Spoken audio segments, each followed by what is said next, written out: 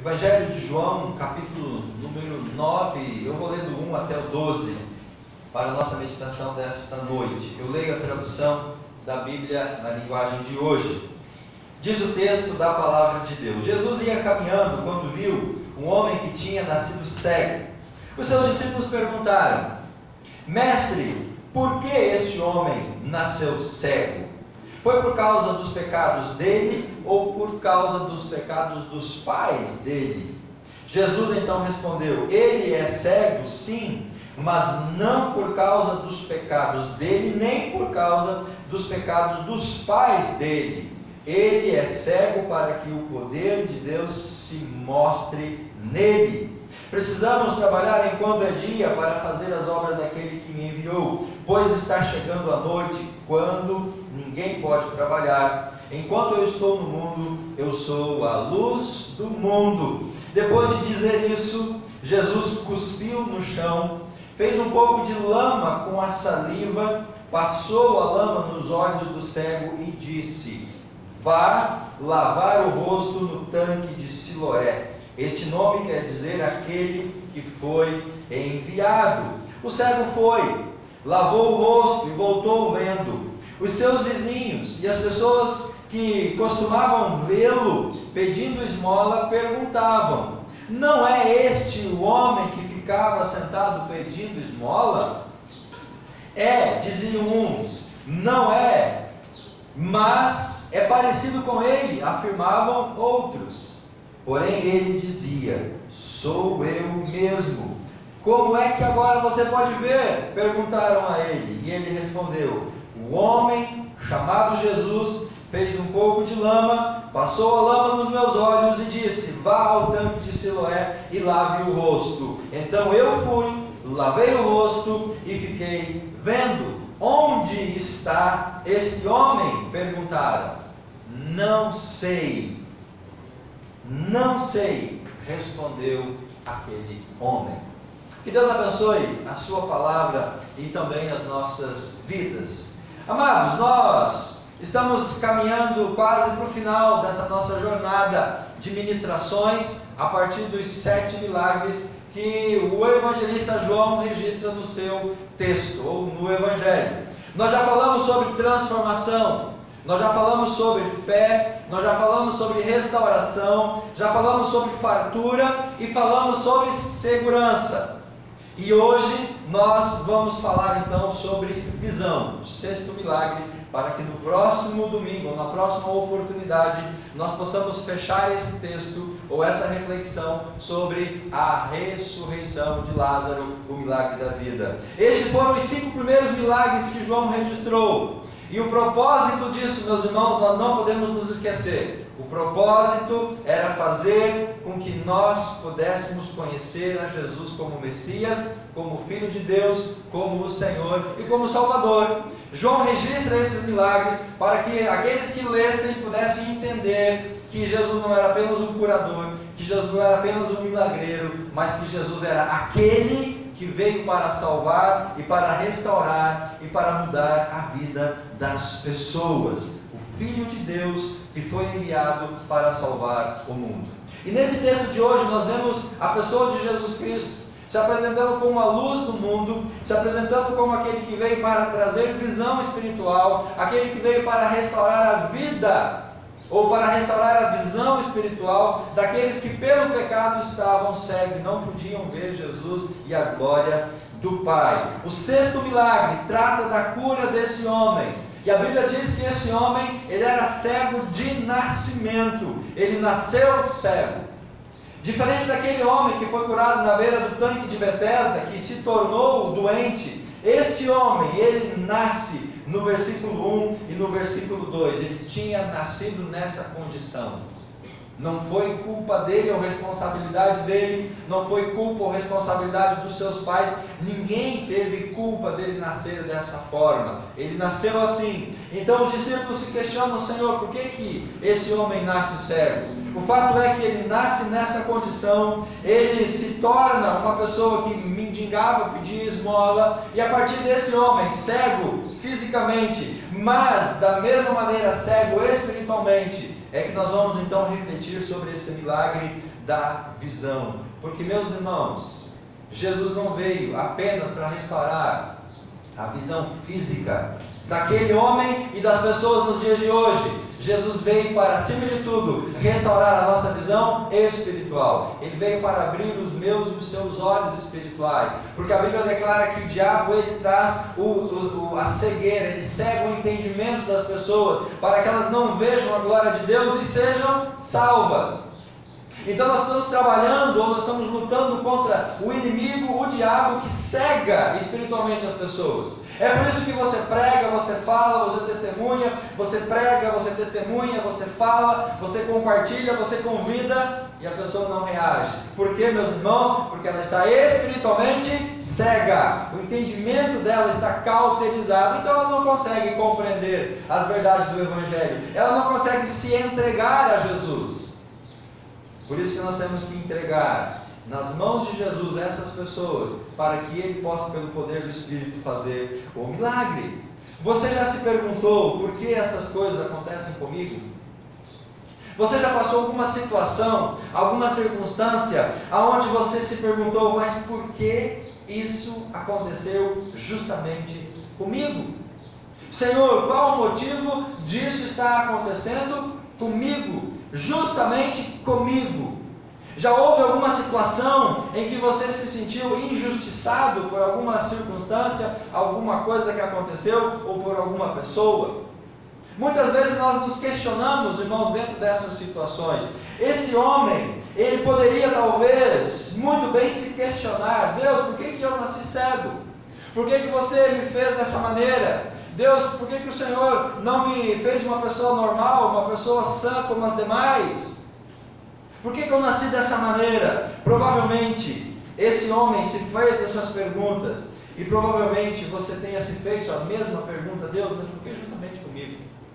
Por que não com o fulano que é mais ruim do que eu? Por que não com o Beltrano que é pior do que eu, mas justamente comigo?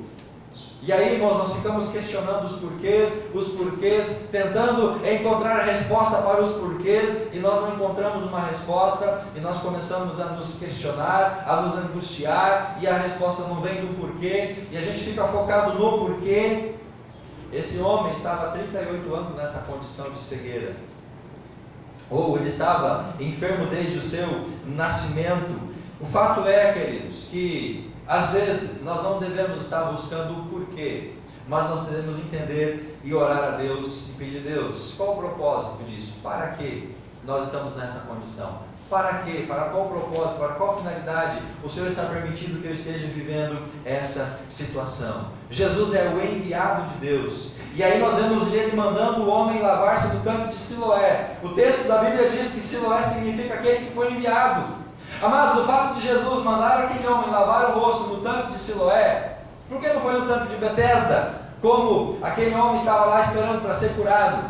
Jesus poderia ter dito: olha, vai lá e lava-se no tanque de Betesda.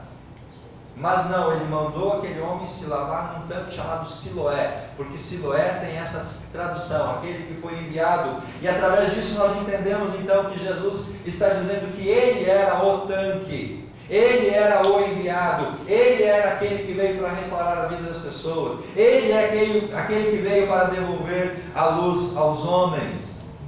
O livro do profeta Isaías e o livro de Lucas 4,18 registram as palavras do profeta e as palavras de Jesus, dizendo que ele foi enviado de Deus para proclamar a libertação dos aprisionados.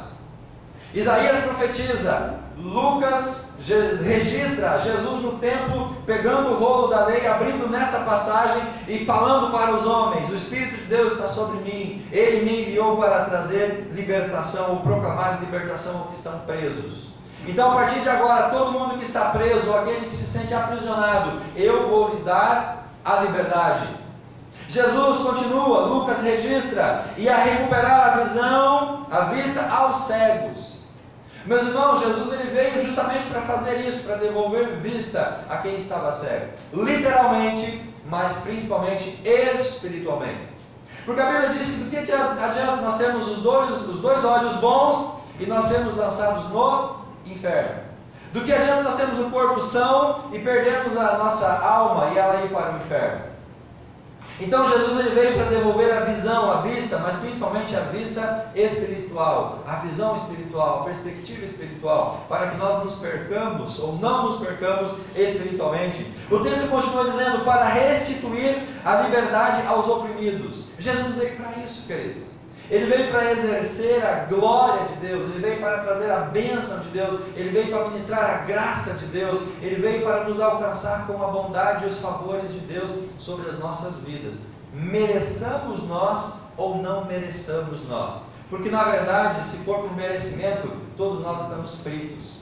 Porque pelo nosso merecimento, nós não vamos alcançar nada do Senhor. O ministério de Jesus foi a confirmação desse envio para libertar, para transformar, para devolver vista e para então trazer a graça de Deus sobre as nossas vidas.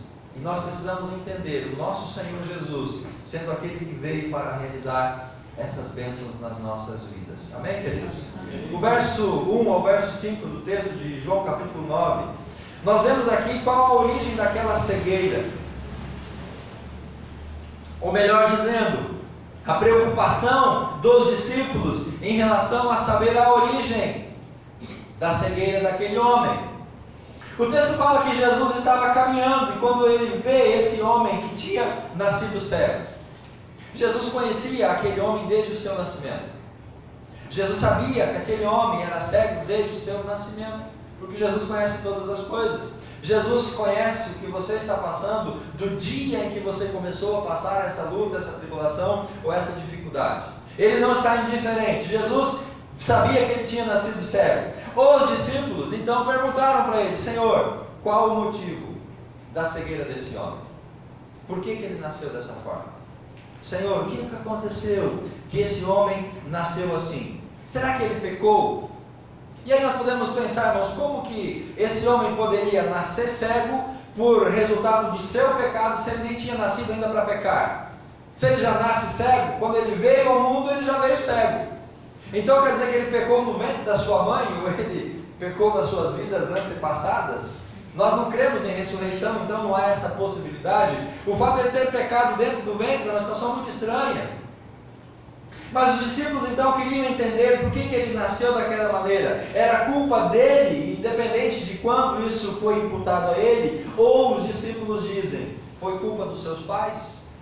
Os seus pais pecaram, os seus pais erraram, e agora Deus está punindo os pais na vida desse filho. É por isso que Deus mandou esse filho cego, porque os seus pais eram maus, os seus pais pecaram. Então foi uma forma de Deus punir. Mas não, será que Deus age dessa maneira? Será que Deus é tirano? Será que Deus é tão ruim assim? Será que Deus é tão sarcástico assim, a ponto de enviar ao mundo uma criança cega para punir o pecado dos seus pais? Será que Deus é tão ruim assim, a ponto de enviar para o mundo filhos hoje com a síndrome de Down para punir o pecado dos pais? Ou um filho deficiente, ou um filho com alguma outra deficiência física, motora? Não, Deus não é tirano, Deus não age dessa maneira. Mas a pergunta talvez persiste. Mas por que então, Deus, o Senhor permitiu? Por que então o Senhor fez isso? Por que o Senhor mandou a Alice com plaqueta baixa no sangue? Não poderia ser um outro problema, mas tinha que ser justamente esse. Para que qualquer batida, qualquer hematoma, qualquer situação, a situação complique. Deus, por que o Senhor fez dessa maneira? Será que estava punindo os pais? Será que estava punindo alguém? Irmãos, eu não consigo enxergar Deus fazendo as coisas dessa maneira. Se Deus permitiu, porque Deus tem algum propósito maior que talvez hoje nós não possamos entender. Se Deus permite essas coisas acontecerem, Ele tem os propósitos dele. E na verdade Jesus adianta para os discípulos, dizendo, olha, Ele nasceu assim, para que nele se manifestasse a glória, o poder de Deus. Então, se Deus é soberano, se Deus controla, se Deus domina, e Deus permitiu que esse homem nascesse cego, permitiu que a Alice nascesse com plaqueta no sangue, permitiu que o Anderson nascesse naquela condição física dele, e tantas outras situações, irmãos, é porque Deus tem a soberania, Deus tem um controle, e Ele tem um propósito em cada uma das nossas vidas, seja na vida, seja na cura, ou seja até mesmo na morte de alguém que nasce com uma condição de saúde debilitada. Deus tem os seus propósitos. Jesus fala para os discípulos, não foi ele, não foram os seus pais, ele nasceu assim, para que nele se manifestasse o poder de Deus. E nós precisamos entender as coisas dessa maneira, porque é isso que vai nos trazer a estabilidade espiritual, é isso que vai trazer para nós, irmãos, segurança espiritual, é isso que vai trazer para nós dependência do Senhor. Nós não temos que colocar Deus contra a parede e dizer, Deus, por que o Senhor permitiu, por que o Senhor fez isso? Nós temos que buscar em Deus o propósito que Ele tem para as nossas vidas. Não é razoável pensarmos que eu devo ter feito algo horrível para merecer tamanho castigo. Sabe aquela expressão, devo ter tacado pedra na cruz?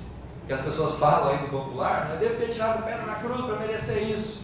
Irmãos, esse é um pensamento de quem não conhece Deus, a soberania de Deus e a graça de Deus. Romanos capítulo 8, verso 28 diz o quê? Todas as coisas cooperam, contribuem para o bem daqueles que amam a Deus. Então, o Senhor Deus, até mesmo nas situações difíceis, nas tragédias, nas calamidades, na enfermidade, na morte, até mesmo nisso, Deus tem um propósito soberano que muitas vezes nós não entendemos no momento, vamos entender depois. Mas a Bíblia diz que aquele homem nasce cego para que nele se manifestasse a glória de Deus, versículo 3. E Romanos 8, 28 declara que todas as coisas contribuem para o bem daqueles que amam a Deus. Se nós estamos vivendo no propósito de Deus, nós estamos vivendo na presença de Deus, nós estamos andando em intimidade com Deus, irmãos, não há nenhuma tragédia que possa nos afastar dessa condição de que Deus está no controle da minha vida, Deus é soberano sobre mim e Ele tem algo para me ensinar através disso. Outra coisa, nem tudo que nós passamos na vida é por causa de pecados. Nem toda a dificuldade, nem toda a doença, nem toda a tragédia, nem toda a perca é algo fatalista, é pecado. Tem muita gente que pensa dessa forma: se está doente, é pecado. Se está passando por uma dificuldade financeira, é pecado. Se a família vai mal, é pecado. Se o filho está perdido no mundo, nas drogas, é por causa de pecado. Irmãos, nem tudo que acontece de ruim no mundo é por causa de pecado. Boa parte é fruto, consequência, colheita do pecado na vida da pessoa, mas não é uma questão fatalista, que todo mal que vem sobre mim é por consequência de pecado.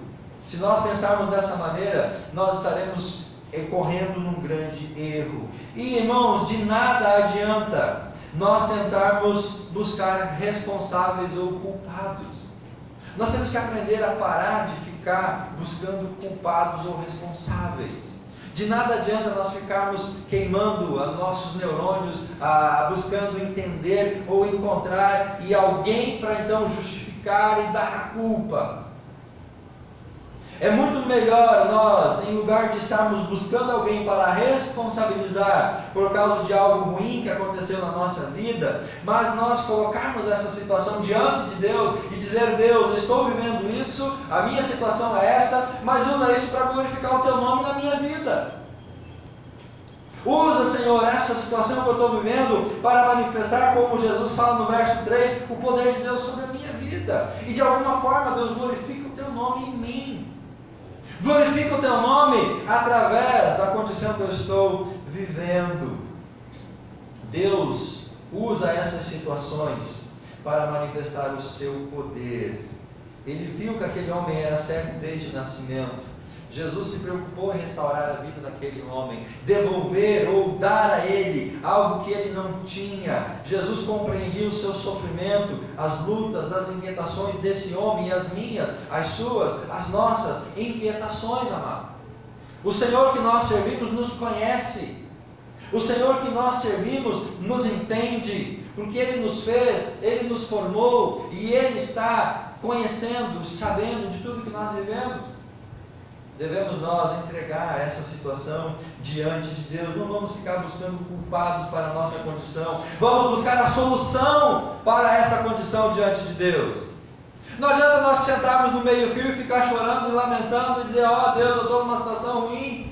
Irmãos, nós temos que nos levantar e em Deus buscar força para superar essa situação, buscar a solução. Não adianta ficar remoendo as nossas insatisfações, ficar remoendo as nossas frustrações, as nossas mágoas. Nós ficarmos remoendo isso e chorando e lamentando. Não, mas vamos nos erguer, vamos buscar a Deus e vamos lutar, porque Deus vai trazer a resposta. Seja curando ou seja nos dando a graça para enfrentar isso, nos dando força para cada tombo dali, se a gente se levantar e mesmo que necessário correr para o hospital e ficar 3, 4 dias, uma semana lá, Deus dá força. E Deus acaba permitindo conhecer tantas vidas, irmãos, dentro desse momento, desse leito. Mães que têm problemas muito mais sérios do que o nosso problema com a Alice. E poder fazer ponte, poder compartilhar da graça de Deus, poder demonstrar o amor para essas pessoas. Deus tem propósito. E nós então não podemos ficar presos e remoendo. Não, vamos em Deus nos fortalecer, nos erguer, buscar uma solução, buscar uma satisfação em Deus e tentar de alguma forma usar isso para glorificar o nome do Senhor. Nós devemos permitir que Jesus ele nos encontre, ele nos toque, ele nos restaure e derrame sobre nós a sua glória.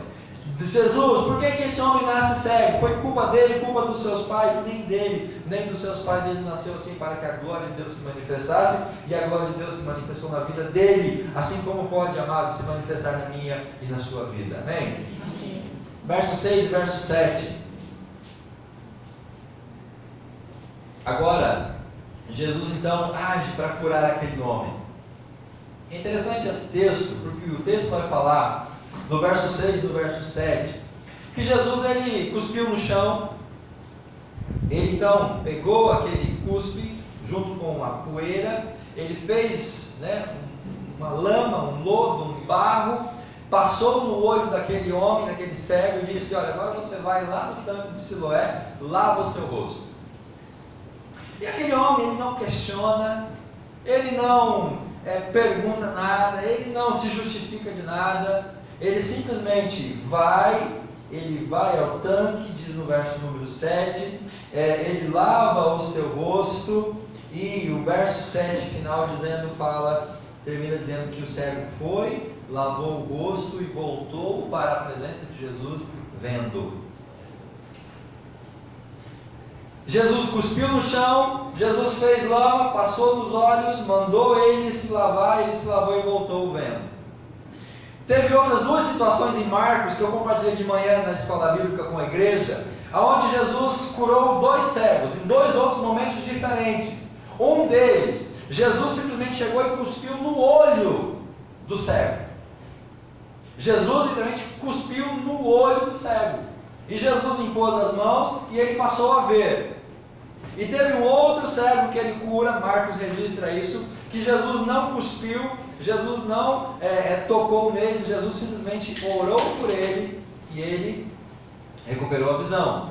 Então, irmãos, o que isso pode nos indicar? Que quando Deus age na minha vida de uma forma, não significa que Ele vai agir da mesma forma na vida de todo mundo. Às vezes nós ficamos presos a uma situação em que Deus agiu na vida de alguém, e nós queremos que Deus faça o mesmo, da mesma maneira na minha vida. Se Deus curou o fulano de tal de câncer, nós então reivindicamos que Deus cure todo mundo do câncer. Se Deus devolveu a vida para alguém que estava morto, nós então queremos que Deus devolva a vida para todos que morrem. Se Jesus curar um cego, nós queremos que Ele vá curar todos os cegos. Não, Deus não é uma linha de produção que vai fazer a mesma coisa igual para todo mundo. Porque nós vemos na Bíblia então Ele curando 3 cegos de maneiras diferentes. Porque Ele tem autonomia, Ele tem autoridade, Ele é Deus. E Ele age da maneira que Ele quiser e não da maneira que eu quero. Os irmãos acham que nós não oramos para que Deus curasse a Alice já desde que a gente identificou os problemas de saúde dela? Você não orou para que Deus restaurasse algo na sua vida já há muito tempo? E aí nós perguntamos: Deus, por que não acontece comigo o que está acontecendo com o fulano? Porque você não é o fulano é ele, você é você. E Deus vai agir na sua vida conforme a graça e a soberania dele. Esse cego, Jesus cospe no chão, faz lama, passa no rosto, no olho, manda ele no tanque e se lavar. Deus agiu para esse homem de uma forma, e Ele age diferentemente para tantas outras pessoas. Deus age de formas diferentes, de formas individuais. Mas essa cura física, meus irmãos, ela tem um propósito espiritual. A cura física desse homem tem como propósito não apenas devolver a visão dele, mas também apresentar-se a ele como o Senhor e o Salvador. Quando Jesus cura esse homem da sua cegueira física, Jesus está mostrando uma maneira de se revelar para aquele homem como o Filho de Deus. Esse processo de fazer o barro, passar no olho, mandar para o tanque, e lá ele se lavar e voltar vendo, era uma forma de Deus estar se revelando para ele como o Filho de Deus. Aos poucos, Deus vai abrindo o entendimento daquele homem sobre quem ele é, Jesus, como Filho de Deus. O restante do capítulo número 9, nós temos essa leitura. Esse homem, ele simplesmente é curado aqui no texto que nós lemos. As pessoas reconhecem que ele foi curado, questionam se era ele diz que é ele. As pessoas ficam meio duvidosas, mas ele, não, eu sou eu. Então eles levam essas pessoas, ou esse cego, a partir do verso 13, até os fariseus, né? Levaram o homem até os fariseus. E esse homem, então, agora, ele vai ser questionado: olha, quem que te curou? E ele não sabia quem curou. Quem foi que curou você? Eu não sei. Alguém chamado Jesus. Cuspiu no chão, fez lodo, passou nos meus olhos, me mandou no tanque lavar, eu fui e voltei vendo. Mas quem ele é? Eu não sei quem ele é. E no decorrer do capítulo 9, a partir do verso 13, nós vamos ver Jesus se revelando para aquele homem. Primeiramente, ele diz que Jesus é um homem. Depois, ele diz que ele pode ser um dos profetas, ou um profeta. Aquele homem diz: olha, ele não é pecador, porque um pecador não pode curar um cego de nascimento. Somente Deus pode fazer isso, ou um enviado de Deus. E aí, amados, no final, então, aquele homem reconhece que Jesus era profeta, ele era Deus, ele não era pecador, ele era alguém enviado de Deus. Verso número 38 do capítulo 9, quando aquele homem diz assim: eu creio, Senhor, disse o homem, e se ajoelhou e o adorou. Agora então Jesus completa para aquele homem a sua autorrevelação sobre quem ele era e sobre o que Jesus queria que aquele homem conhecesse sobre ele. Diante disso, irmãos, nós temos que deixar Deus fazer algo novo através das nossas vidas. Nós temos que permitir que Jesus restaure as nossas vidas. Nós devemos então buscar em Jesus a restituição, a restauração, que Ele devolva aquilo que nós ou perdemos ou aquilo que nós nem ainda temos, porque não nascemos com isso. Se hoje nós andamos em trevas espirituais, se hoje o mundo anda em trevas espirituais, isso é por causa do pecado. E se essas pessoas estão com seus olhos vendados para entender a graça de Deus, é preciso então que elas, através de Jesus, sejam libertadas. Nós precisamos levar Jesus, que é a luz do mundo, para essas pessoas. Nós precisamos fazer com que as pessoas tenham a experiência que esse homem teve. Elas sejam primeiramente tocadas, impactadas, ministradas, e depois para elas seja revelado o Senhor Jesus, que é o Salvador, que é o Messias, que é aquele que veio para devolver vista aos cegos e veio para restaurar, para que as pessoas declarem como esse homem declarou: eu creio, Senhor, e se ajoelhou diante dele e o adorou. Jesus, ele usa os seus meios de se revelar a nós. Deus quer fazer esta obra na minha e na sua vida, através da situação que eu e você estamos vivendo. Irmãos, Deus quer se revelar a mim e a você através da minha condição, da minha situação, daquilo que eu esteja vivendo, daquilo que eu esteja passando hoje. É através disso que Deus vai se revelando a mim, Deus vai se revelando a você, Deus vai demonstrando então a sua graça, o seu grande amor e a sua misericórdia. Não foque no porquê, mas foque no para quê. Isso é libertador, irmãos. Isso é libertador, quando você para de ficar questionando por que Deus, mas você começa a orar e perguntar a Deus, me mostra para que isso está acontecendo na minha vida. E aí então, amados, muito provavelmente, com toda certeza, você vai entender que é para a glória de Deus. Amém? Amém. Porque foi isso que Jesus disse, ele nasceu cego para que a glória de Deus se manifestasse nele. Quando nós tiramos o foco do porquê, e colocamos a situação diante de Deus, para quê, Senhor? Nós vamos entender que é justamente para a glória dele e para o meu crescimento espiritual, para a minha maturidade espiritual, para a minha intimidade espiritual, para que eu possa me devotar mais a Deus, para que eu possa buscar mais ao Senhor, para que eu possa me entregar mais a Ele. Irmãos, o ser humano, nós somos pessoas difíceis e complicadas.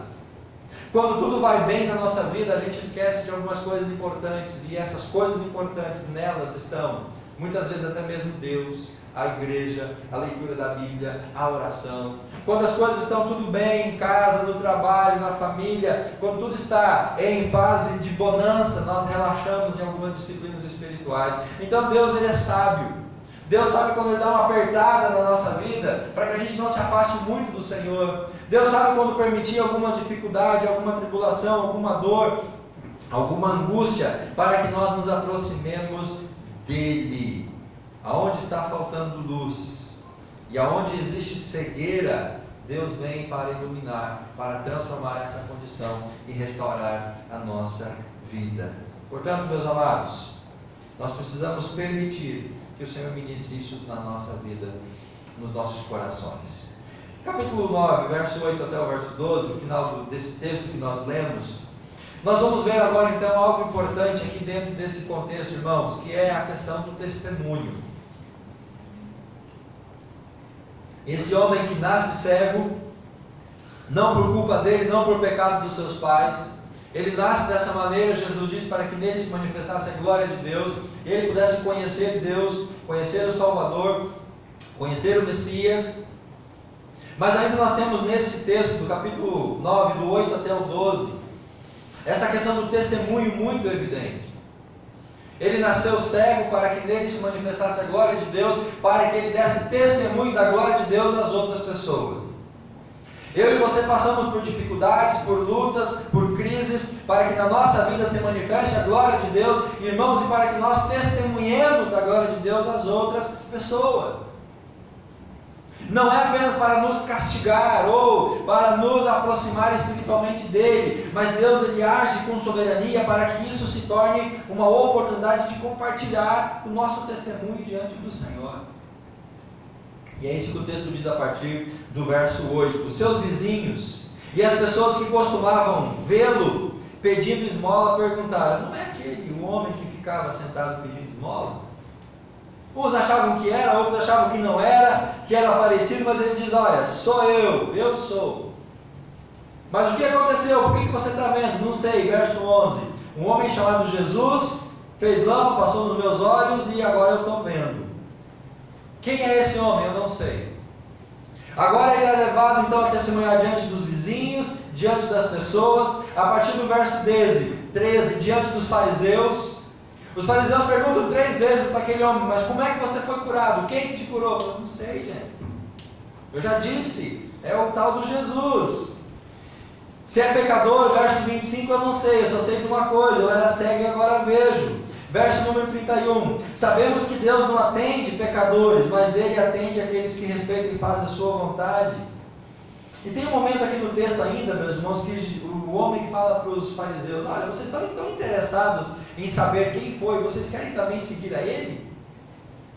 Porque aqueles homens ficaram insistindo nisso, mas essa insistência, meus irmãos, para nós, é para que nós possamos entender esse contexto. Nós precisamos ser testemunhas da luz de Jesus que agora brilha em nós. Jesus disse que nós somos o sal da terra, disse que nós somos a luz do mundo. Jesus disse que se o sal perder o seu sabor, ele não serve para nada, vai ser jogado fora. E Jesus disse que não se acende uma lamparina, uma candeia e se coloca embaixo da mesa, mas se coloca no velador para que ilumine toda a casa. Se nós somos a luz do mundo, se nós somos aqueles que foram alcançados pela graça de Deus, nós temos a obrigação, irmãos, o compromisso de compartilhar isso com as pessoas. É o mínimo que nós podemos fazer, irmãos, é compartilhar isso com os outros. A obra de Deus, a obra que Deus faz em nós, deve ser compartilhada. Nós temos essa responsabilidade. Esse homem, ele dá o seu testemunho, primeiramente com submissão. Vai lavar o rosto, ele foi e lavou, ele voltou vendo. Nós somos enviados. Esse homem foi enviado ao tanque de Siloé. Nós somos enviados para testemunhar aqueles que estão ao nosso redor. É para isso que nós existimos, irmãos, para compartilhar a graça de Jesus, compartilhar o meu testemunho de vida, compartilhar aquilo que Ele fez em mim. Ele foi submisso, ele obedece a Jesus, depois ele testemunha diante dos vizinhos, verso 8 e verso 9. E se tem alguém que às vezes conhece muito bem quem nós somos, são os nossos vizinhos, né?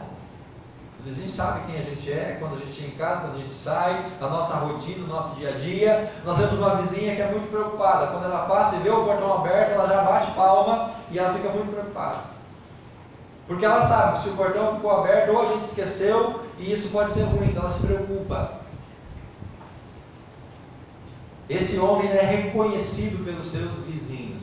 Os nossos vizinhos nos reconhecem. Eles sabem se nós somos cristãos ou não, se nós somos bons discípulos ou não. Eles escutam quando a gente levanta a voz com as crianças dentro de casa. Eles escutam quando a gente às vezes levanta a voz, né, com o cônjuge, com o marido, com a esposa. Eles escutam quando a gente bate a porta. Os vizinhos escutam, irmãos. Eles não são surdos não, nem são cegos. Esse homem vai testemunhar justamente para os seus vizinhos. Esse homem testemunha diante das outras pessoas, verso 11, verso 12, e depois ele vai testemunhar diante das autoridades. E aí ele vai então manifestar nele a obra de Deus. E ele então fala no verso 25, eu era cego e agora eu vejo, essa é a minha história, esse é o meu testemunho, foi isso que Deus fez na minha vida, eu não enxergava, Jesus veio, me curou e agora eu estou vendo e eu glorifico o nome dele. Quanto mais nós damos o nosso testemunho, mais a obra de Deus ela cresce. Quanto mais testemunho nós temos da obra de Deus nas nossas vidas, mais a nossa fé cresce.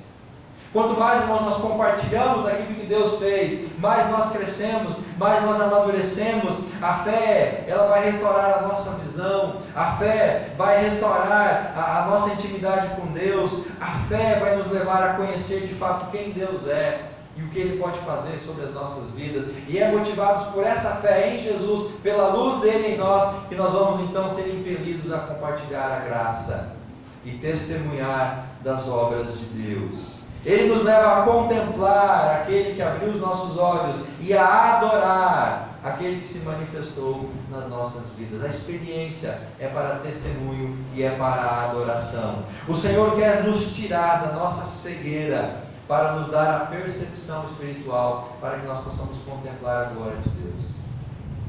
A pior cegueira que alguém possa estar vivendo é a cegueira espiritual. Cuidado para você não se tornar um cego espiritual. Mesmo dentro da igreja, nós tem pessoas cegas espiritualmente. Mesmo dentro da igreja, tem pessoas que não enxergam Jesus da maneira que ele precisa ser enxergado. Mesmo dentro da igreja, tem pessoas que não reconhecem Ele como Senhor e Salvador. Nós devemos reconhecer as obras dele na nossa vida. Nós devemos crer naquilo que Ele pode fazer por nós. Nós temos que testemunhar disso que Ele está fazendo por mim e por você. Amém? Irmãos, pode ficar em pé. Nós vamos encaminhar para o final dessa meditação. E reiterando que Jesus quer fazer esse milagre sobre as nossas vidas. Ele quer restaurar a minha e a sua visão espiritual. Ele, quando cura esse homem, ele está dizendo para nós: eu vim para dar vista aos cegos.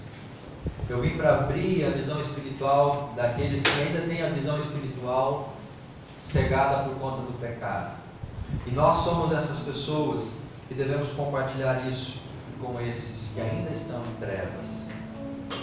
Irmãos, Jesus, Ele tem poder para fazer novas todas as coisas. Esse homem pode ter nascido sem olho, ele pode ter nascido com os olhos, sei lá, grudados, ele pode ter nascido sem nervo óptico, tantas possibilidades.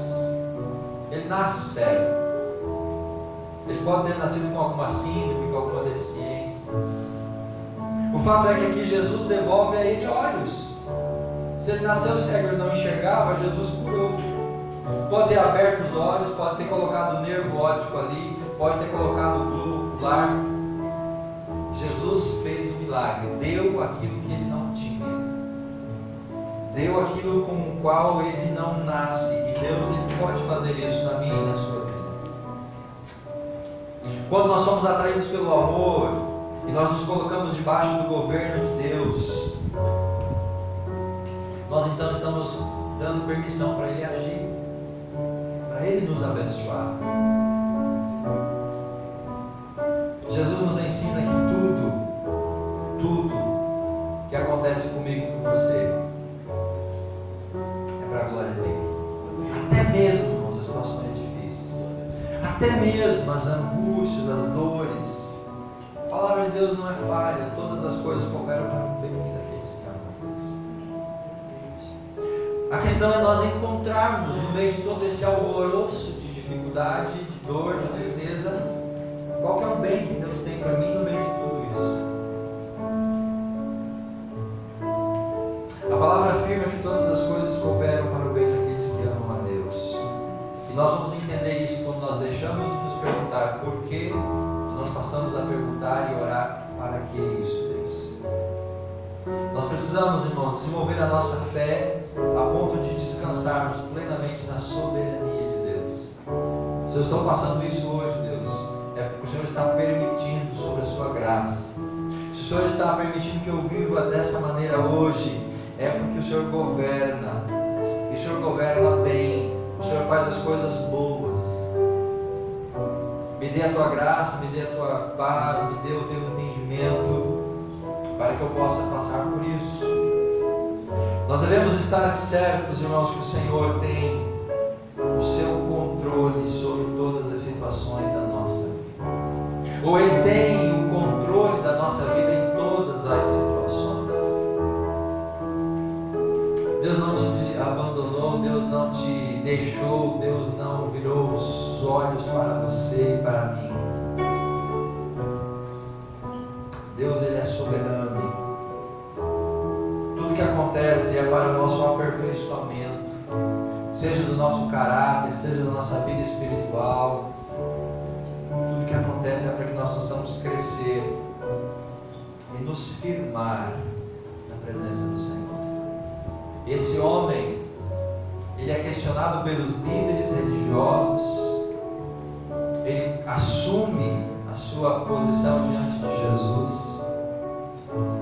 E o texto fala que ele foi expulso da sinagoga, porque os líderes já haviam acordados entre si que se alguém reconhecesse Jesus como Messias, seria expulso da sinagoga. E esse homem, então, agora, por amor a Jesus, ele é expulso da sinagoga.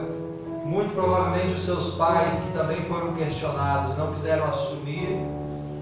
Talvez ele tenha sido expulso até de casa. Mas ele estava glorificando a Deus, porque ele foi alcançado pela graça de Jesus. Deus quer devolver a nossa visão, irmãos, espiritual. Deus quer tirar a cegueira espiritual da minha e da sua vida. Deus quer transformar a nossa história. Deus, nós entregamos ao Senhor as nossas vidas.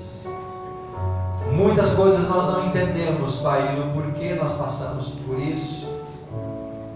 Mas também, ó Pai, não nos cabe entender o porquê, apenas aguardar que o Senhor revele no decurso da nossa vida os teus propósitos sobre essas coisas. Queremos nessa noite nos colocar no lugar desse homem cego de nascimento e dizer: Deus, manifesta em nós a tua glória e o teu poder. Manifesta através da minha vida, da minha condição, a tua glória e o teu poder. Manifesta através da nossa família, da nossa casa, a tua glória e o teu poder. Manifesta sobre a minha saúde, o meu corpo, a tua glória e o teu poder. Para que eu possa então dar testemunho a Deus. Para que eu possa compartilhar com as outras pessoas aquilo que o Senhor fez na minha vida.